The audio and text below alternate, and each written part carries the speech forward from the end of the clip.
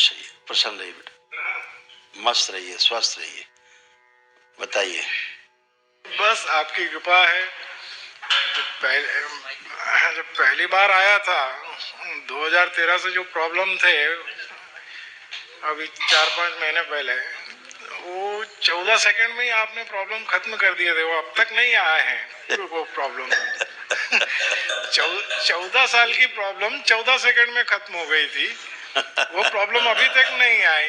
उसके 2-3 महीने के बाद में मैंने वनडे किया, महाहवन किया, तो मेरे बॉडी के अंदर, जब मैं कर्नाटक बेंगलुरु वगैरह में था, गांठें बनना शुरू हुई थी हाथ पे, बॉडी में। वो बनते बनते करीब 25-30 साल से वो गांठें, 25-30 गांठें बन गई। अब जो वनडे और महाहवन किया, तो उसमें से 1-2 गांठें, कुछ 10% ही रह गई है। कुछ तो ऐसी थी 2-2, 3-3 इंच की थी। वो पता नहीं, मैं चेक करता हूँ हाथ पर ही है कि वो सिर्फ करीब वही सबसे बड़ी थी और वही सबसे पहली थी। वो 2.5 इंच की थी वो गठान। अभी तो मामूली रह गई है, गायब हो। जो सबसे पहली थी वो सबसे आखिरी में जा रही है। सबसे आखिरी में, यानी मेरे ख्याल से ये महीने में भी वो गायब हो जाएगी, यानी हाथ में नहीं आती है। जोर से दबाओ तो वो महसूस होता है थोड़ा कुछ अंदर है। तो क्योंकि मैंने वहां पर जब डॉक्टर को दिखाया था, तो वो बोला था कि इसका ऑपरेशन करना पड़ेगा। मैं डॉक्टर से पूछा, पूरे बॉडी में 25-30 गठाने, कितना ऑपरेशन करोगे आप मेरा? तो मैंने उसको 30 साल ऐसे ही छोड़ दिया। वो बोले तकलीफ नहीं देती है, जाने तो नहीं देती है। तो अभी वो सब गायब हो गई सारे। जब से ये दरबार आया, चौथा है 5-6 महीना जाता था डॉक्टरों के पास में। एक दिन में 13,000, 12,000, 13,000 रुपए की वो जांचें करते थे मेरी, क्या। और मुझे दवाई देते थे 200 रुपए की। ये गोली खाली पेट सुबह खाओ, ये दिन में खाना खाने के बाद खाओ, ये रात को खाना खाने के बाद। 200 रुपए की दवाई देते थे। क्या ये सारी समस्याएं खत्म हो गई। क्या शुभ नाम है आपका? धर्मेंद्र सिंह चौहान है मेरा नाम। रहते कहाँ इस समय? बेंगलोर से आया, इंदौर से आया हूँ। मैं उधर रहा हूँ कर्नाटक में 25-30 साल, गोवा कर्नाटक में। अच्छा, वहाँ रहे। हाँ, बचपन से उधर ही रहा हूँ। इधर से इंदौर से चला गया था बचपन में उधर। बहुत बढ़िया, बहुत अच्छा है। और बताइए, कोई कष्ट हो तो बता सकते हैं। कष्ट तो ये नहीं है। कष्ट यही, अभी जब ऑफिस जाता हूँ सुबह में, तो आधे घंटे के बाद 12 से 12:30 बजे के बाद में चेयर पे बैठे बैठे नींद आ जाती है मुझे। हाँ, वो इंसुलिन इम्बैलेंस के कारण। अच्छा, 1 घंटा नींद आ जाती है और फिर फ्रेशनेस, अकड़ जाते हैं, अकड़ के सुन्न हो जाते हैं 1 घंटे के लिए। हाँ, डीएमडी के कारण। अभी क्या था ना कि तमाम ऐसे कष्ट थे जो अंदर बने हुए, तो सब धीरे धीरे जा रहे हैं। वो सब कैंसरस था, सारा कैंसर की अंदर स्मृतियाँ थी, लीवर में, रेक्टम में, आंतों में, प्राइवेट पार्ट्स में, जो अब ठीक है और कोई अब कष्ट होता नहीं है। ठीक है, ब्रेन की सूजन भी धीरे धीरे आपका सब नष्ट हो रहा है। भोजन नली, श्वास नली के बीच में भी कष्ट आते थे, तो हाँ, वो भी सब ठीक हो गए। जो प्रोस्टेट में प्रॉब्लम हो रही थी वो भी बेहतर है। जो यूरेटर में सूजन थी, जो गल रहे थे, किडनी के साथ जो यूरेटर रहते हैं, जो पेशाब की नली तक, थैली तक आते हैं, वो गल रहे थे, पस पड़ रहे थे, वो भी ठीक है। वहाँ भी पेशाब वाली प्रॉब्लम भी अब उतना नहीं है, वो भी सब कुछ अच्छा है। ब्रेन हेमरेज की स्मृतियाँ थी, नष्ट हो गई। हार्ट अटैक की स्मृतियाँ थी, नष्ट हो गई। सब कुछ अच्छा है, केवल लेपन करते रहना है। केवल लेपन करना ओनली। ठीक है। ये जो हाँ, वो देख लिया मैं। ये जो नींद आ जाती है, इसके बारे में वो अभी बैलेंस हो रहा है। वो लेपन करते रहे, स्वेलिंग जाए केवल, बाकी अपने आप बैलेंस हो जाए। बाकी बैलेंस हो जाए सभी। ओके, धन्यवाद। और तो कुछ नहीं है। मारन और डीएनए करेक्ट है, एकदम बढ़िया। मारन कटा है ना। एकदम अच्छा है। खूब खुश रहिए, प्रसन्न रहिए, स्वस्थ रहिए। इसीलिए हम लोग कहते हैं कि जो हमारी भारतीय परंपराएं हैं, जो हमारे भारतीय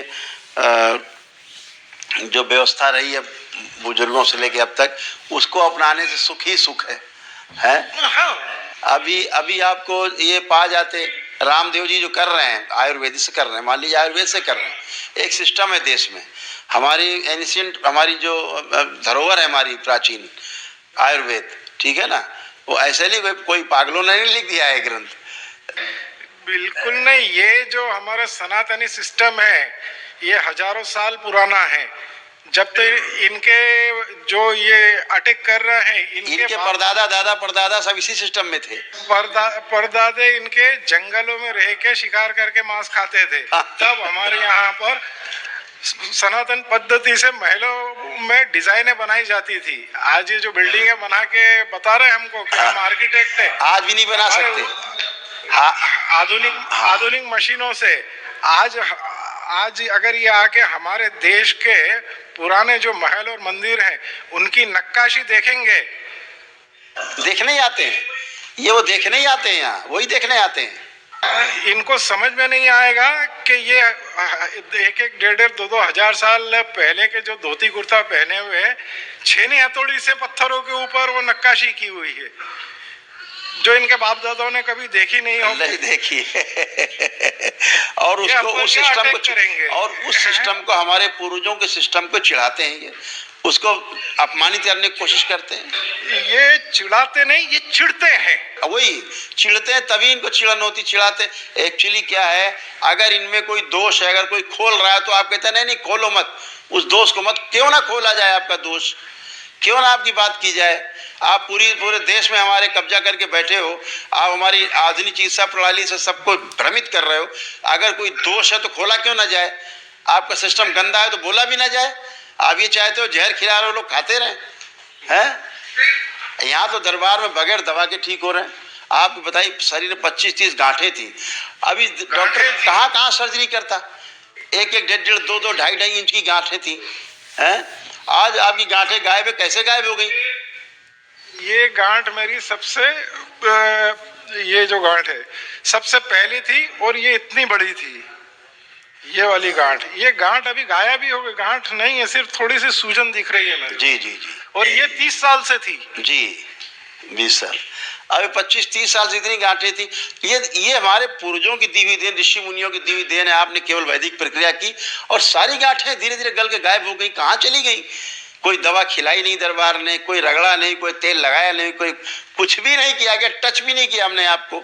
हमने कभी आपको टच किया आज तक? कुछ नहीं, जरूरत ही नहीं उसमें। वैदिक पद्धति में हमेशा, सनातन धर्म में टच करने की पद्धति है ही नहीं। आप किसी भी फील्ड में चले जाइए। तो मैं तो ये जो कोर्ट में जाके खड़े होकर कह रहे हैं, मैं तो इनको खुलेआम चैलेंज दे रहा हूँ ना, मैं तो खुद भी कह रहा हूँ खुलेआम चैलेंज दे रहा हूँ इनको। आ जाए, सामना कर लें, आ जाए, देख लें वैदिक प्रक्रिया और इनकी प्रक्रिया। ये खिला खिला के नहीं ठीक कर सकते, दरबार अपने आप हंसती मस्ती करते हुए ठीक हो जाएगा।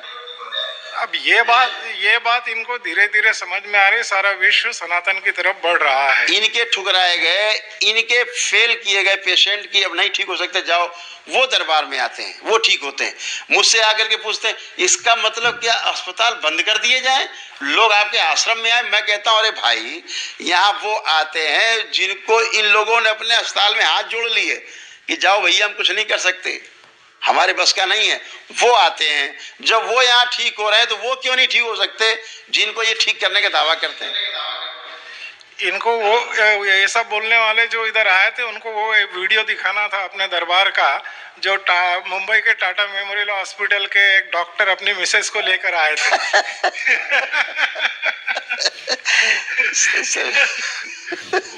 उनको ठीक कराने लाए थे, उनसे टाटा हॉस्पिटल वालों ने के डॉक्टर ने अपनी मिसेस ठीक नहीं करी। सभी लोग है तो आदमी जो वैदिक प्रक्रिया में विश्वास करते, वो तो आते ही, चाहे डॉक्टर हो, चाहे इंजीनियर हो, ऑफिसर हो, चाहे लीडर हो, तो वो तो आते ही, जो अपने बिलीव करता है अपनी परंपरा पे, वो आते ही है।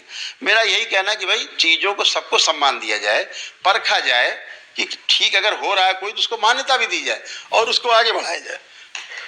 उनके अगर कोई दोष हैं तो उजागर करके रखे जाएं, खोल के रखे जाएं कि साहब इसमें ये दोष है इनकी प्रणाली में, तो लोगों के सामने साफ साफ की तस्वीर रहे कि इसमें दोष है, इसमें ये दोष है, इसमें ये दोष है, हमें इससे बचना है।